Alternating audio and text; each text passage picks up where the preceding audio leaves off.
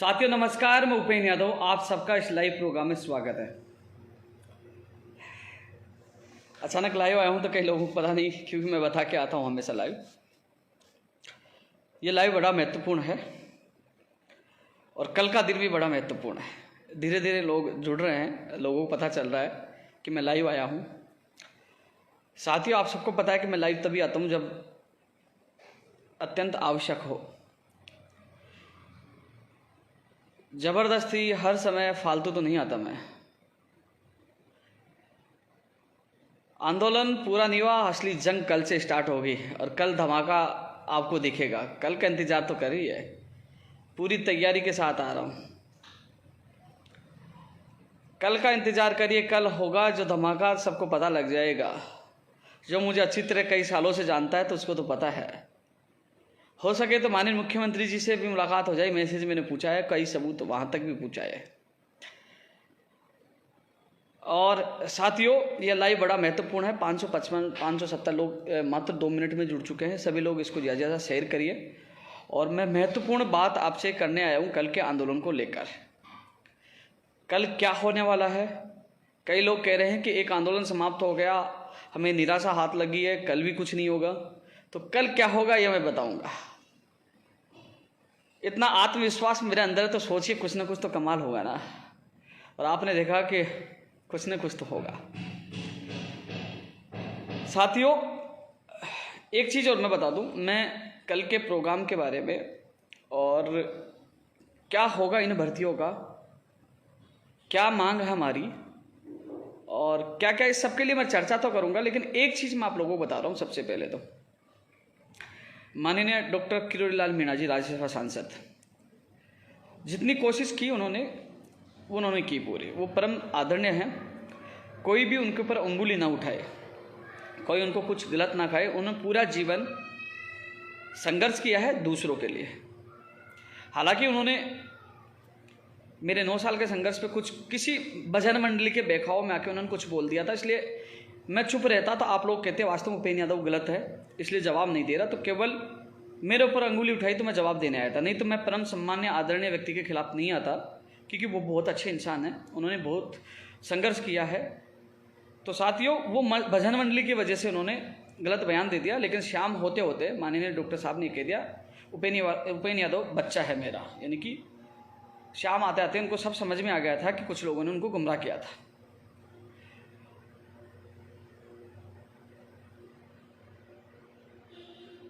वो पता लग जाएगा कल, जो सारी चीज़ें सामने आएंगे ना। जो आज कुछ लोग कमेंट कर रहे हैं, और इस स्पेशल मैं उन लोगों को कहना चाहूँ, कमेंट करें। कल जब सच्चाई से सारी चीज़ें सामने आएंगी ना, इनका तरीका बदल जाएंगे। ये कहेंगे यार क्या कमाल कर दिया, क्या है। कल आप ये लोग बोलोगे, रुको इंतजार करो कल का इंतजार करिए। एक चीज़ और कह रहा था मैं आप सबको साथियों, विशेषकर मीणा समाज के लोगों को। 2012 और 13 शिक्षक भर्ती, आज तक मीणा समाज के लोग मेरे से काफ़ी जुड़े हैं। जहाँ आरक्षण का मामला इतना साथ दिया, काफ़ी लोग संघर्ष किया मैंने, और वो नौकरी कर रहे हैं। लेकिन बाबा को मैं केवल जवाब इसलिए देने आया था, कुछ लोगों ने उनको गुमराह किया था, सच्चाई पहुँचे। लेकिन कल मीणा समाज के लोग मेरी सोशल मीडिया के अभी भी कई लोगों ने मुझे बहुत गालियाँ दी, बहुत कुछ बोला। गालियाँ देने थे, अशब्द बोलने थे, आप बाबा जी की इमेज को डैमेज कर रहे हो। बाबा अच्छे और संघर्षशील व्यक्ति है, इससे गलत मैसेज आपका नहीं बाबा का भी जा रहा है। क्योंकि सब लोग कमेंट पढ़ते हैं, जहाँ पीछे मीणा या आपकी जाति गोत्र लिखा रहा है तो सब समझते कौन कह रहा है। इसलिए उस सम्मानीय व्यक्ति, आदरणीय व्यक्ति की इमेज मत गिराइए आप कमेंट करके, उल्टा बोल के। कुछ नहीं होगा। उपेंद्र यादव ना खत्म हुआ था ना होगा। यह सीना ठोक के लड़ता, किसी के बाप से डरता नहीं है। लेकिन मैं सम्मानीय व्यक्ति का, डॉक्टर साहब का मैं सम्मान करता हूँ। तो आप जितना उल्टा कमेंट करके मुझे गाली दोगे, उतना ही डॉक्टर साहब को भी टैक्स पहुँचेगी।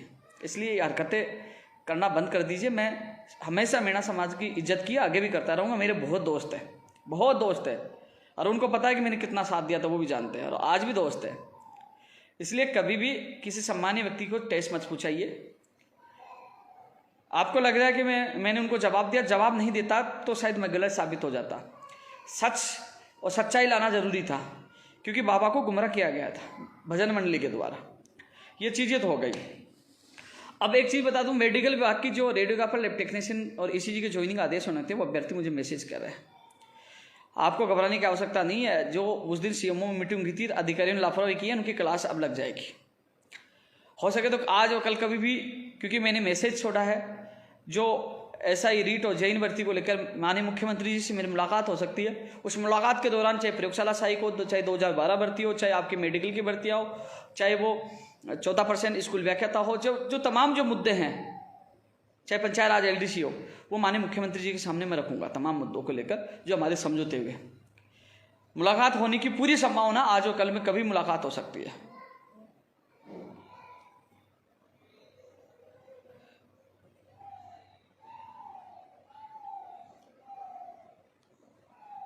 मैं एक चीज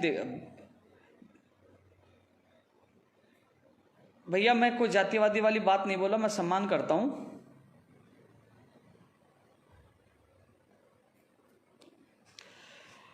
पूरा राजस्थान गवाह है।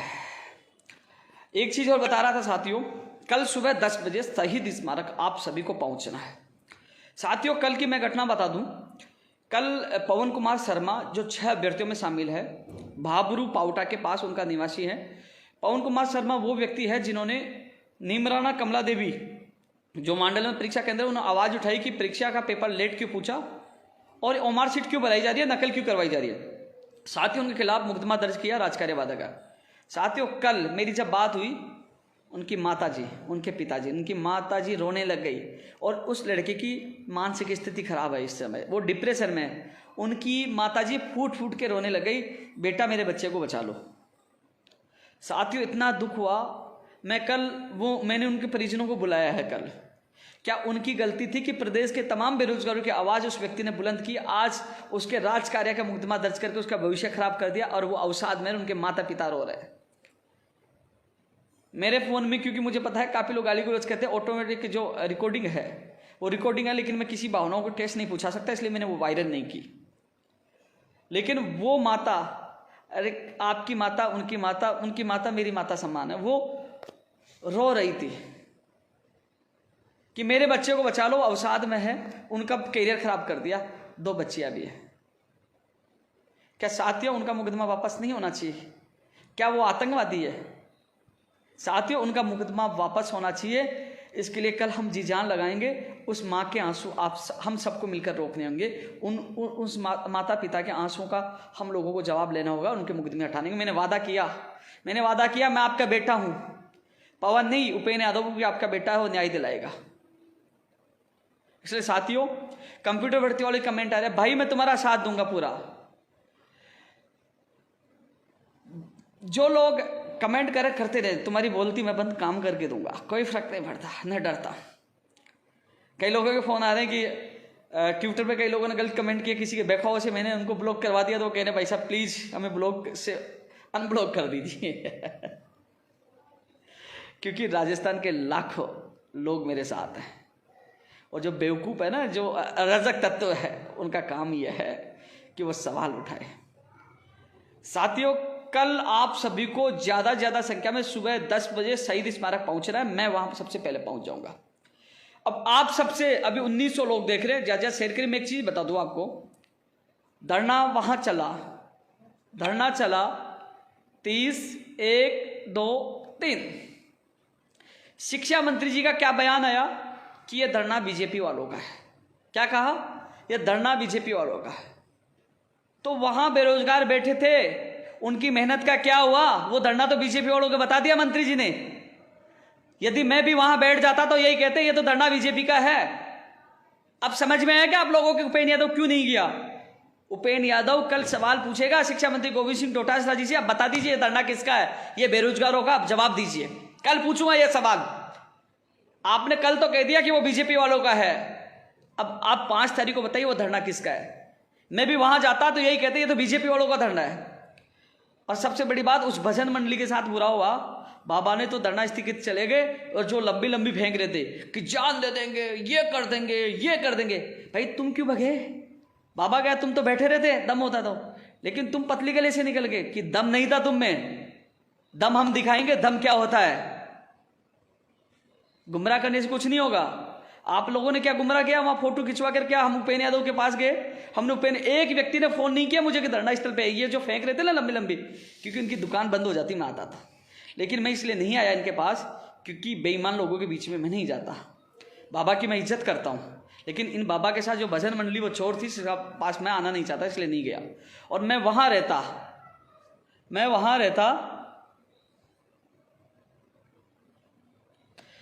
रहता तो मेरे पे आरोप यही रखते कि मैं बीजेपी के इशारे पे कर रहा हूँ, बाबा के इशारे पे कर रहा हूँ।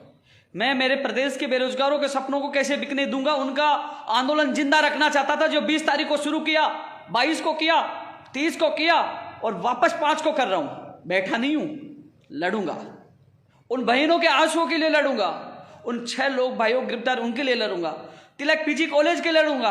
और जो पेपर गया, जो बत्तीलाल ने सबकी बत्ती गुल की, तो बत्तीलाल की बत्ती गुल करने के लिए और जो उनको संरक्षण दे रहे नेताओं की बत्ती गुल करने के लिए लड़ूंगा, पीछे नहीं हटूंगा। और एक चीज और बता दूं, ये चीज आपको कल समझ में आएगी।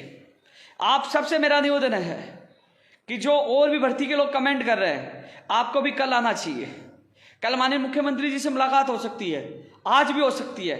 आप लोग आओ, साथ दीजिए। आपकी मांग आज इस भर्ती में हो रहा है, कल आने वाली भर्तियों में होगा। आपकी मांग उपेंद्र यादव ही साथ रहेगा, ये कोई नहीं रहेंगे। ये केवल दिखावा के डोके से ले करने वाले व्यक्ति हैं जो भग जाएंगे।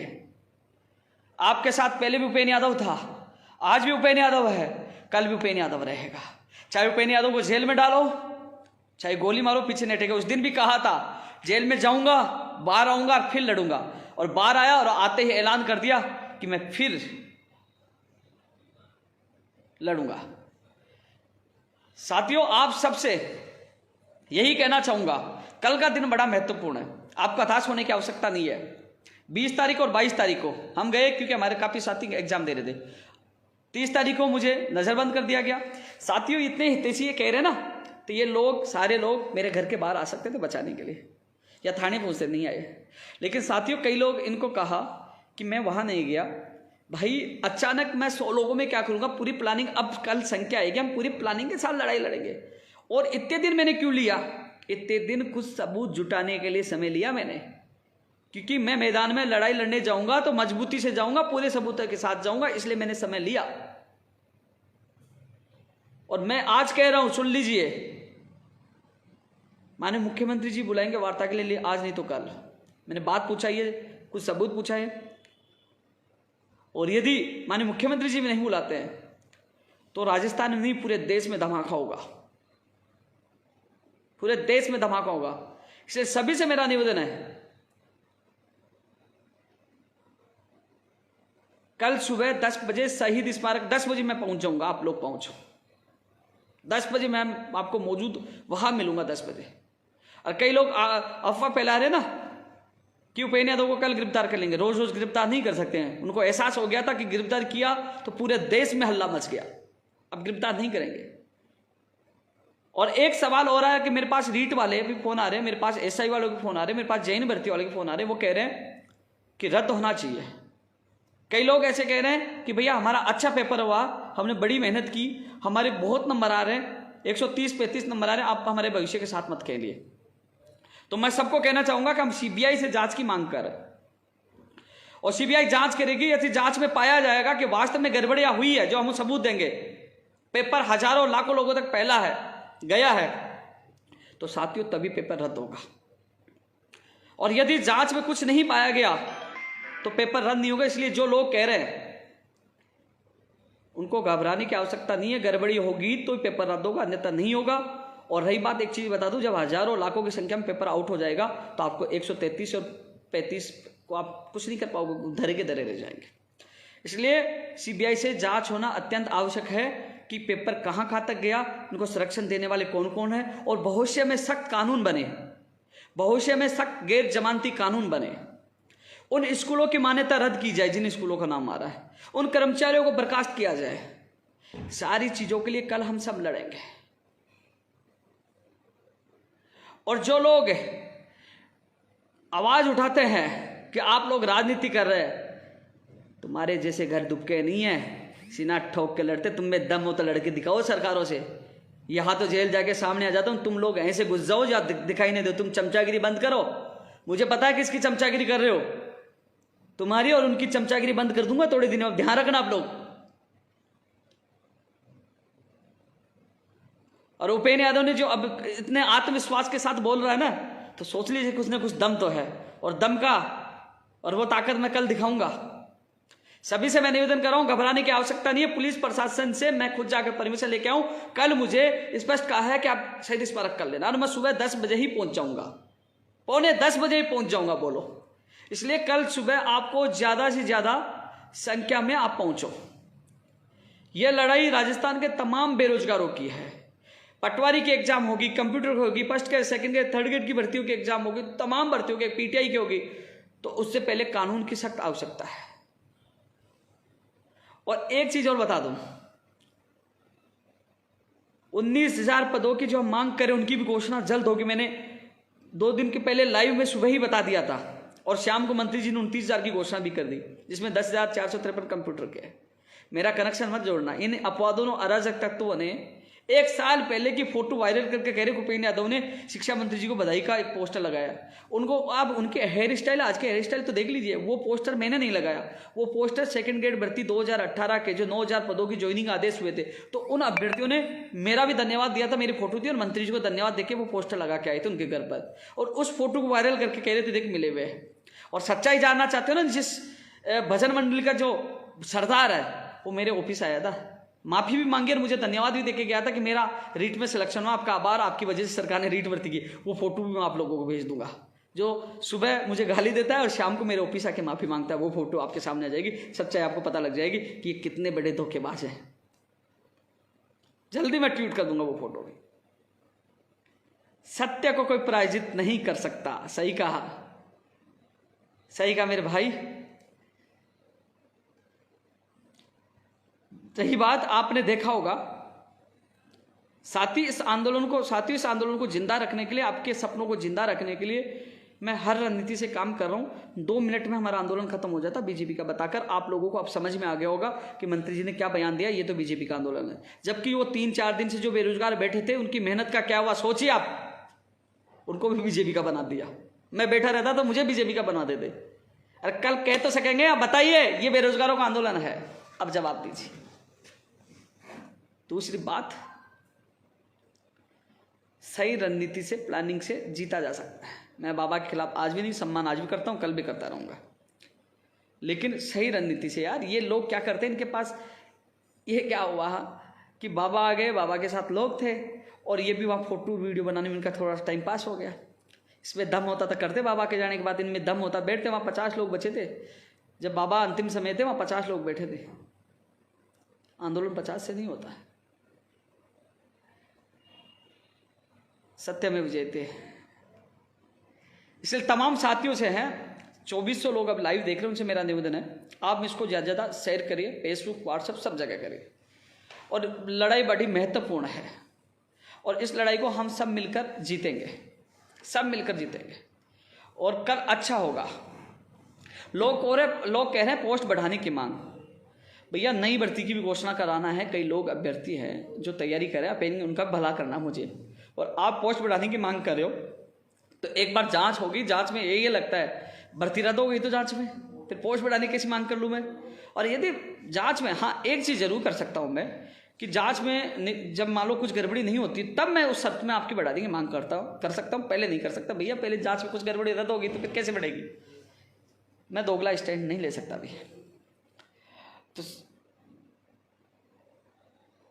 एक भाई संदीप कुमार जी, आप कह रहे हो ना भैया 2012 में आप टीचर बने थे, आपको पता है नेहरू गार्डन में आप रोते हुए आते थे, वो उपेंद्र यादव साथ था। राजनीति नहीं, मुझे पता चमचागिरी किसकी कर रहा है, पता है मुझे। इतनी भी चमचागिरी मत कर भाई। उस समय रोता था, ये भाई ज्वाइनिंग दिलाने वाला है, क्योंकि इसलिए बोल रहा है कि आप अपने व्यक्ति को बचाना चाह रहा है। मैं जानता हूँ वो सबका, मैं टेंशन मत करो आप। और प्रदेश के लाखों लोग मुझसे जुड़े हुए ना, इसलिए घबराए, इसलिए तो घबरा गए कि यूथ उपेंद्र यादव के साथ है।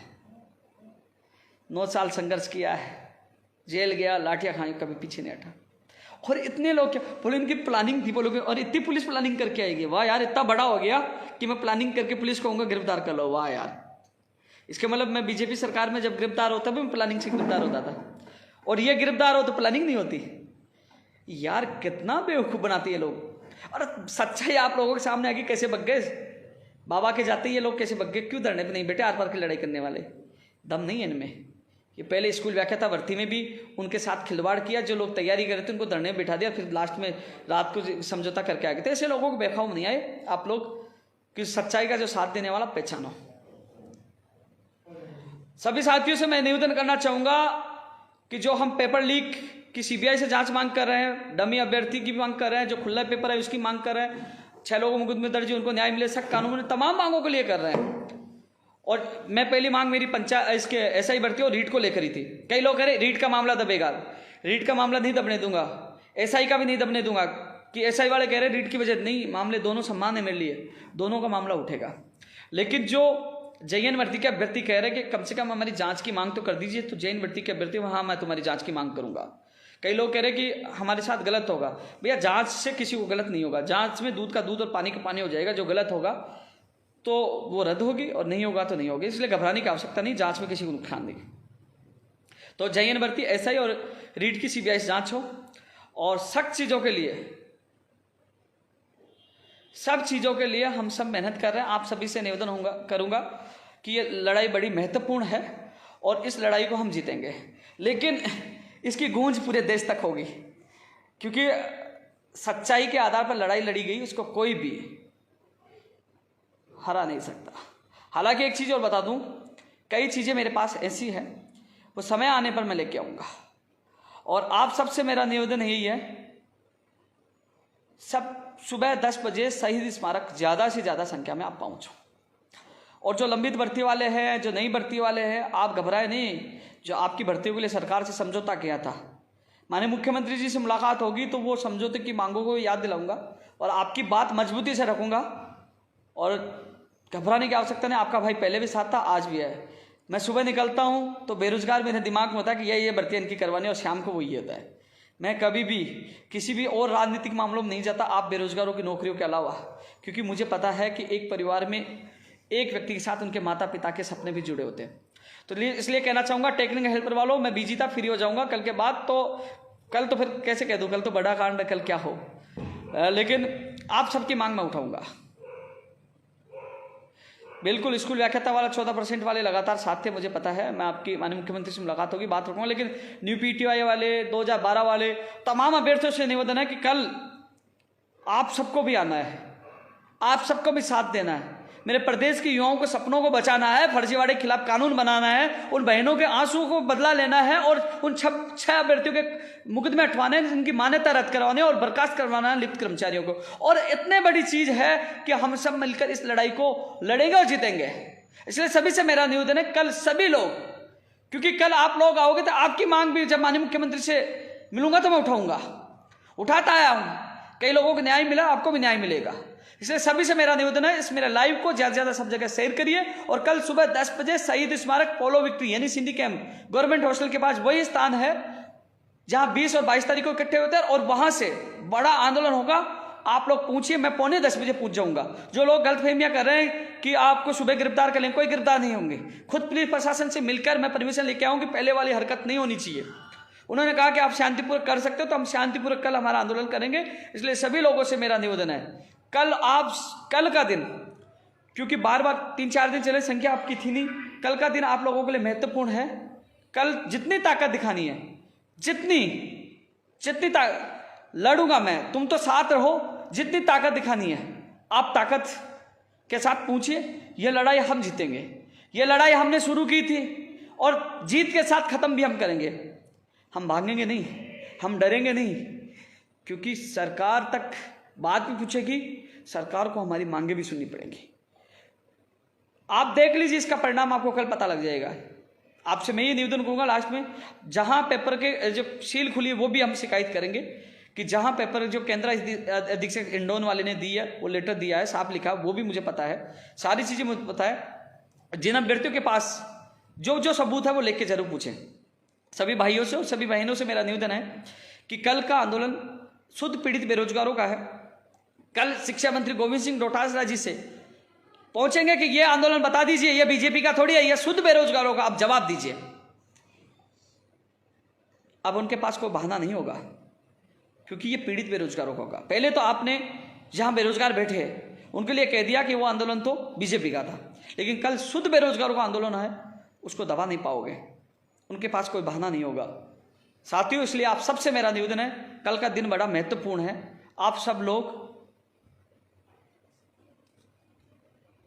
ज्यादा से ज्यादा संख्या में पहुंचे, और जो लोग कमेंट कर रहे हैं आप उनका नाम और उनको आईडी खोल के देख लीजिए, पता लग जाएगा वो कौन कमेंट कर रहे हैं। वो अभी सुधरे नहीं है, लेकिन समय सुधार देगा। सभी साथियों से निवेदन है, कल का दिन महत्वपूर्ण, आप सब लोग पूछो।